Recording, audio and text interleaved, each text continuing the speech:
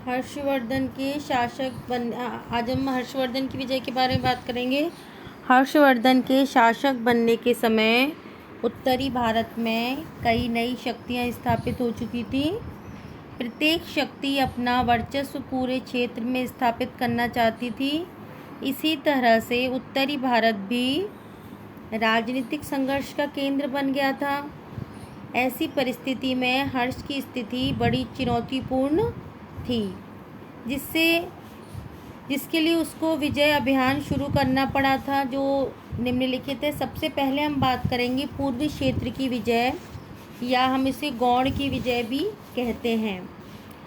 हर्ष ने शासन संभालते ही सबसे पहले गौड़ प्रदेश की तरफ ध्यान दिया।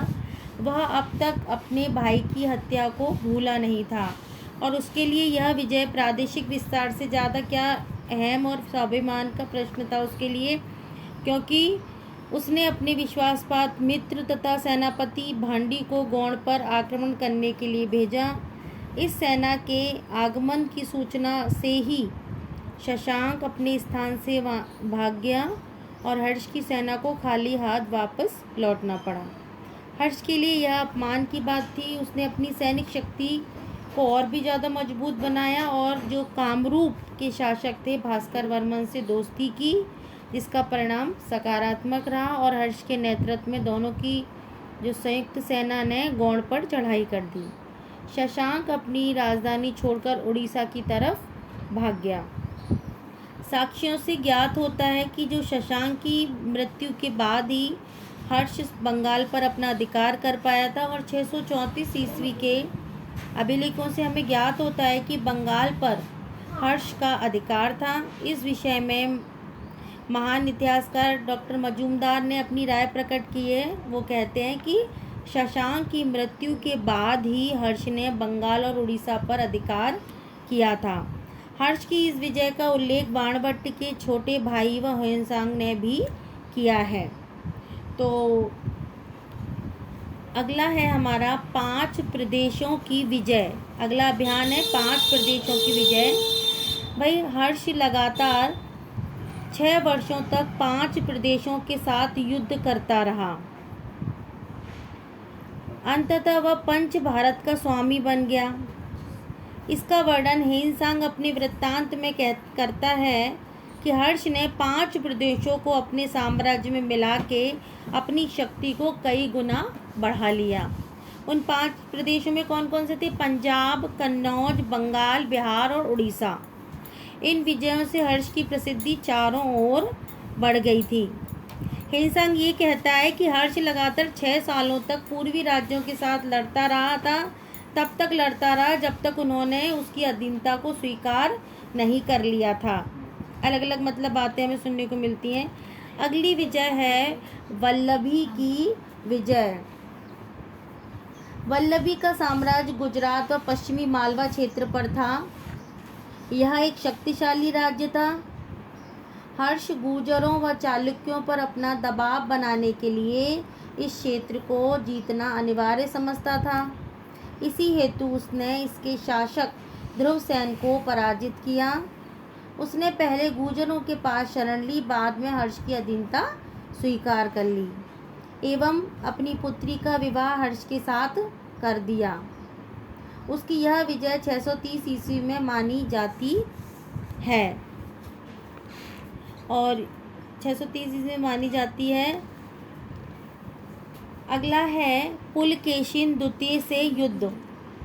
दक्षिण भारत में उस समय पुलकेशिन द्वितीय चालुक्य वंश का शक्तिशाली शासक था और हर्षवर्धन की तरह वह भी महत्वाकांक्षी शासक था। ह्वेनसांग ने भी उसकी शक्ति की काफ़ी प्रशंसा की है। हर्ष जहाँ दक्षिण की ओर अपने साम्राज्य का विस्तार करना चाहता था, वहीं पुलकेशिन द्वितीय उत्तर की ओर अपने साम्राज्य को फैलाना चाहता था। तो ऐसे में भाई क्या था, दोनों के मध्य टकराव होना तो स्वाभाविक था, और इस टकराव का एकमात्र कारण क्या था? दोनों महान शासक थे और दोनों की अपनी अपनी महत्वाकांक्षाएं थीं। हर्ष के साम्राज्य की सीमाएं नर्मदा नदी तक जा पहुंची थी। वल्लभी की विजय ने पुलकेशिन द्वितीय को चिंतित कर दिया था। इसीलिए अब युद्ध को किसी भी स्थिति में नहीं टाला जा सकता था। फलस्वरूप नर्मदा नदी के तट पर दोनों महान शासकों के बीच में युद्ध हुआ, जिसमें हर्ष को पराजय का सामना करना पड़ा। Doctor A.S. अल्तेकर इस युद्ध की तिथि 630 से 633 के मध्य निश्चित करते हैं, जो शायद सर्वाधिक तर्कसंगत एवं सर्वमान्य। इस विजय का महत्व हम इस बात से समझ सकते हैं कि इस विजय के बाद चालुक्य नरेश पुलकेशिन द्वितीय ने परमेश्वर की उपाधि धारण की थी।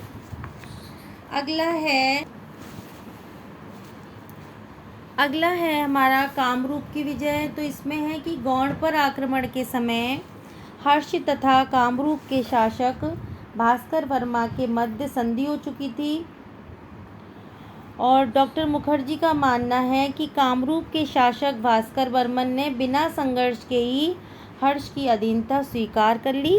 इससे हर्ष का जो प्रभाव है अब ब्रह्मपुत्र घाटी तक फैल गया था, और कन्नौज की धार्मिक सभा में कामरूप का शासक भास्कर वर्मन हर्ष के लिए उपहार लेकर भी आया था। कामरूप मतलब वर्तमान का आसाम कहलाया जाता है। इससे यह अनुमान लगा सकते हैं कि उसने हर्ष की अधीनता स्वीकार कर ली थी। अगला है सिंध की विजय। तो हर्ष चरित्र में उल्लेख है कि हर्ष ने सिंध के शासक पर आक्रमण करके उस पर अपना अधिकार कर लिया था, लेकिन ह्वेनसांग ने इसके विपरीत सिंध को एक स्वतंत्र राज्य बताया है।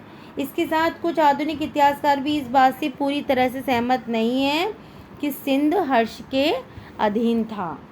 अगला है बेटा नेपाल तथा कश्मीर की विजय। बहुत से विद्वान मानते हैं कि हर्ष ने नेपाल और कश्मीर के क्षेत्र को भी अपनी अधीनता में ले लिया था। जैसे भगवान लाल, इंद्रजी, फिलीट और स्मिथ इस मत के समर्थक हैं। इन्होंने ये तर्क दिया है कि वाण ने अपनी रचना हर्ष चरित्र में उल्लेख किया है कि हर्ष ने एक दुर्गम पर्वतीय प्रदेश पर विजय प्राप्त की थी, और इन विद्वानों ने इस दुर्गम प्रदेश को नेपाल या कश्मीर माना है। कुछ विद्वानों का तर्क है कि नेपाल के शासक ने हर्ष संवत का प्रचलन अपने राज्य में किया था। ऐसा तभी हो सकता है जब वह प्रदेश हर्ष के अधीन हो। ह्वेनसांग के वर्णन को आधार बनाते हुए डॉक्टर मुखर्जी कहते हैं कि कश्मीर के राजा के पास महात्मा बुद्ध के अवशेष थे तथा वहाँ के शासक ने डर कर बुद्ध के दांत हर्ष को उपहार स्वरूप दे दिए।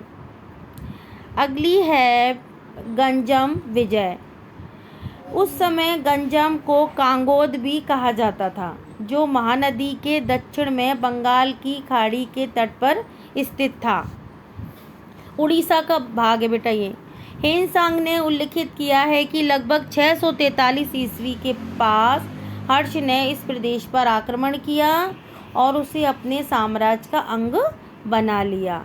शायद गंजाम विजय हर्ष के जीवन की अंतिम विजय थी। अब है बेटा हर्ष का प्रशासन। अब हम हर्ष का प्रशासन के बारे में बात करेंगे। तो हर्ष एक विजेता ही नहीं, कुशल प्रशासक और राजनीतिक भी था। हर्ष ने अपने विजय अभियान से एक विशाल साम्राज्य की स्थापना की है, परंतु उसके साम्राज्य की सीमाओं को लेकर सभी विद्वान एकमत नहीं हैं। वाण के हर्ष चरित्र में हर्ष को संकलोत्तरापथनाय कहा गया है, जबकि के.एम. पनिक्कर ने हर्ष का राज्य उत्तर में हिमालय तक, दक्षिण में विंध्याचल तक और पूर्व में कामरूप तक, पश्चिम में सौराष्ट्र तक बताया है। हम बात करते हैं इसके प्रशासन की। तो इसमें हर्ष के प्रशासन में हम बात कर रहे थे, इसमें बेटा केंद्रीय प्रशासन की बात करेंगे हम। तो हर्ष ने अपने विशाल साम्राज्य के कुशल संचालन के लिए उच्च कोटि की शासन व्यवस्था को अपनाया था। उसने गुप्तकालीन प्रबंध को जारी रखने के साथ कुछ बदलाव भी किए थे, और अपनी शासन व्यवस्था के विषय में अपने विचार व्यक्त करते हुए R.K. चौधरी कहते हैं कि गुप्त युग ने जिस सामंतकारी व्यवस्था का बीजारोपण किया था उसे हर्ष ने पूरा कर दिया, और सामंतवाद अब राज व्यवस्था का अभिन्न अंग बन गया था। हम कह सकते हैं कि जो केंद्रीय शासन के अंतर्गत राजा और उसकी मंत्री परिषद के मुख्य अधिकारियों मंत्रियों का जो अध्ययन है हम केंद्रीय प्रशासन में करेंगे। हम फर्स्ट पे लेते हैं जैसे राजा को। तो हर्ष के शासन का जो स्वरूप था वो सामंती व्यवस्था पर आधारित था, राजतंत्रात्मक था। राजा के दैवीय सिद्धांत में विश्वास रखा जाता था, इसीलिए वह उपाधियां भी इसी प्रकार की धारण करता था, जैसे परम भट्टारक, महाराजाधिराज, परमेश्वर, सकलोतरनाथ, परम देवता, चक्रवर्ती। राजा स्वयं प्रशासन का सबसे बड़ा अधिकारी होता था। वह राज्य का कार्यपालिका का अध्यक्ष, प्रधान, न्यायाधीश, सर्वोच्च सेनापति होता था। वह स्वयं अपनी इच्छा से किसी भी समय किसी भी अधिकारी को हटा सकता था, परंतु सैद्धांतिक रूप से निरंकुश शासक होते हुए भी हर्ष प्रजा के हितों का ध्यान हमेशा रखता था। वह प्राचीन भारत के महान सम्राट अशोक की तरह जनहित के कार्यों में विशेष रुचि लेता था। वह अपनी प्रजा के दुखों को दूर करने के लिए राज्य के विभिन्न हिस्सों में घूमता था। ह्वेनसांग कहता है कि हर्ष सदैव काम करता रहता था, वह कभी नहीं थकता था तथा कई बार तो अपने काम में इतना व्यस्त हो जाता था कि खाना पीना तक भूल जाता था। वाण ने अपने ग्रंथ हर्ष चरित्र में उसकी तुलना विष्णु, पशुपति, इंद्र व कुबेर जैसे देवताओं से की है।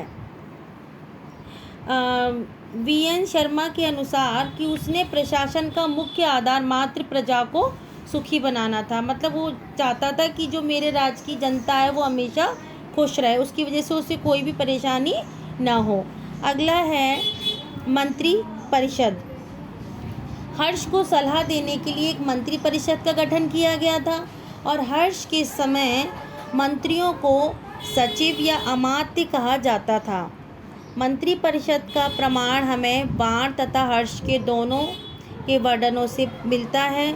जरूरत पड़ने पर यह मंत्री परिषद अपना कर्तव्य निभाती थी और मंत्री परिषद का जो महत्व है उसको हर्ष बड़ी अच्छी तरीके से समझता था और खुद ही मंत्रियों की नियुक्ति वो खुद स्वयं करता था। हमें स्रोतों से भी पता चलता है कि भांडी उसका मुख्यमंत्री था, जो रिश्ते में उसके मामा का लड़का लगता था तथा बचपन में उसका दोस्त था। सभी मंत्री अपने अपने कार्यों को पूरी निष्ठा के साथ करते थे और अपने कार्य के सीधे राजा के से जवाबदेह होते थे। ह्वेनसांग के उल्लेख से हमें ज्ञात होता है कि मंत्रियों को नगद वेतन के स्थान पर भूमि आवंटित की जाती थी। इसे सामंती व्यवस्था के स्वरूप का भी हमें पता चलता है। हर्षकालीन मंत्रिमंडल के मुख्य मंत्रियों तथा उनके विभागों के बारे में हम निम्न प्रकार से समझ सकते हैं, जैसे प्रधानमंत्री है, कटुक है, महाबलाधिकृत है, महासंधि विग्रहाधिकृत है, अन्य मंत्री हैं, अलग अलग टाइप के हैं। तो राजा के बाद साम्राज्य में सीधा जो पद होता था वो प्रधानमंत्री का होता था, तो मंत्री परिषद में उसकी बहुत अहम भूमिका होती थी। भांडी हर्ष का प्रधानमंत्री था। प्रधानमंत्री जैसे महत्वपूर्ण पद पर नियुक्त राजा स्वयं करता था। प्रधानमंत्री का कार्य होता था कि सारे विभागों की देखभाल करना, सभी विभागों की सूचना राजा को देना और राजा को संकटकालीन परिस्थितियों में एक अच्छे प्रधानमंत्री की काफ़ी आवश्यकता होती थी। हस्त हाथी मतलब सेना अध्यक्ष को कुटुक कहते थे। कुटुक की बात कर रहे हैं हम। हर्ष के समय अश्व तथा हाथी सेना के कुटुक पद पर स्कंदगुप्त नियुक्त था। उसका कार्य सेना में भर्ती करना, प्रशिक्षण देना, हाथियों के भोजन की व्यवस्था करना आदि था। वह हस्त सेना संबंधी संपूर्ण विवरण रखता था। अगला है महाबलाधिकृत। हर्ष के समय सेना के सेनापति को इस नाम से जाना जाता था। हर्ष स्वयं अपने राज्य का प्रधान सेनापति था और सेनापति के पद पर उस समय महान योद्धा सेनाथ काम कर रहा था। सेनापति का कार्य था सैनिकों को प्रशिक्षण देना, उनकी नियुक्ति करना, युद्ध के मैदान में सेनाओं का नेतृत्व करना। उस समय के सभी युद्ध राजा के नाम से लड़े जाते थे। अगला है महासंधि विग्रहाधिकृत। उस समय विदेश मंत्री को महासंधि विग्रहाधिकृत के नाम से जाना जाता था। हर्ष का विदेश मंत्री अवंती था। इसका कार्य था विदेशों से आए राजदूतों का स्वागत करना, खाने पीने, ठहरने, रहने, सुरक्षा का इंतजाम करना। वह राजा को संधि या युद्ध के लिए भी